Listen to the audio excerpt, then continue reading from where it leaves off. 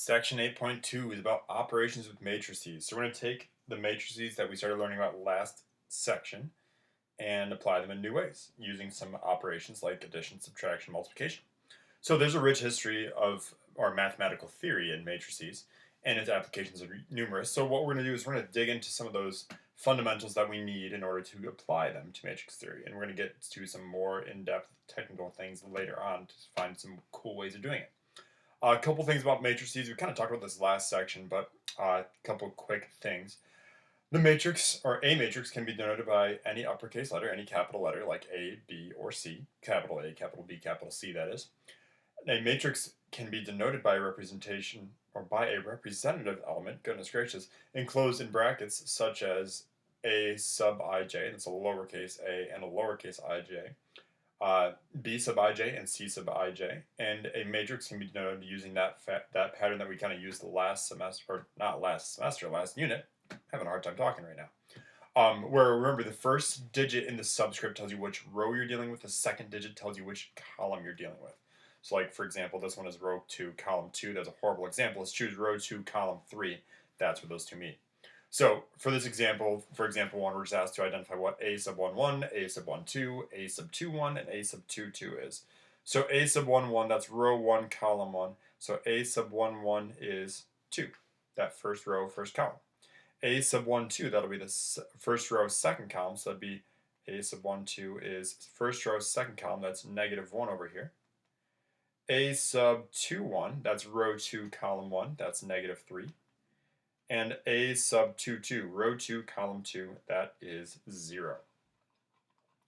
Couple things, as I said before, we can do some addition, subtraction, multiplication, division, well, technically just addition, subtraction, multiplication for now, with matrices, and let's start off with addition. So if A is A sub ij and B is B sub ij, and they're matrices of order m by n, they both have to be of the same order. Their sum is also an m by n matrix, and it's given by just taking every term in one matrix and adding it to the identical terms, like the identical location of the second matrix.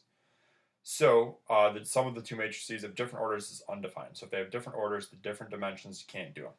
So looking at example 2 here, we have a 2 by 2 matrix here and a 2 by 2 matrix here. Now when we're adding these two matrices, we're just going to go through and identify like which pieces are common. So for example, this negative 1 and this positive 1 are in the identical location, those two matrices, so we're going to add those together, and we get a grand total of 0. This 2 is in row 1, column 2, and this 3 is in row 1, column 2, so we're going to add those two together, and we get 5. This 0 on the bottom, let's see, 0 in the bottom left corner is in row 2, column 1, and this negative 1 is in row 2, column 1 of the second matrix, so we'll add them together and get negative 1. And finally, this 1 is in the same position as this 2, so we'll add them together and we get a grand total of 3. So that's it. That's the entire matrix. We're just adding the same positions to each other. So for example 3, this one's kind of nice. This is a 3 by 1 matrix, and this other one's also a 3 by 1 matrix.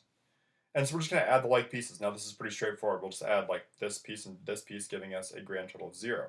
Negative 3 plus 3 is also 0. Negative 2 plus 2 is also 0. This is a 3 by 1 matrix that has all zeros as their entries. Last one on this page, in example 4, we have a 3 by 3 matrix, and the other one's a 3 by 2 matrix. So as we look up at the top here, it says the sum of two matrices of different orders is undefined. These are two different orders, so this addition problem is undefined. We just can't do it.